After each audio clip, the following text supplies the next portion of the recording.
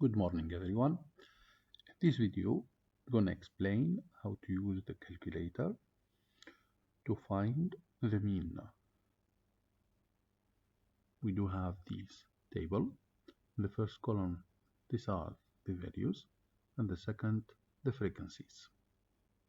We begin by pressing mode, then 3, and 1. We do have one column. We need a second one, frequencies. Then we press shift, mode, then we press this arrow, and then statistic 4 on to have the second column. We begin by writing the values, all the values.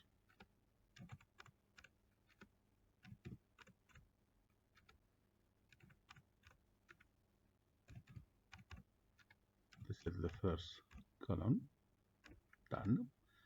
Then using the arrow this side and back to the first value.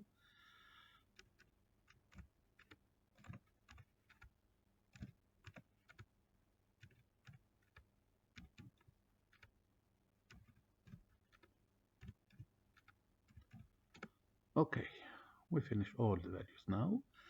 Then we press AC and we begin by shift 1, 4, 2 equal. We get the mean. If we need to calculate the standard deviation, then we press shift 1, 4, 3. We will have the standard deviation.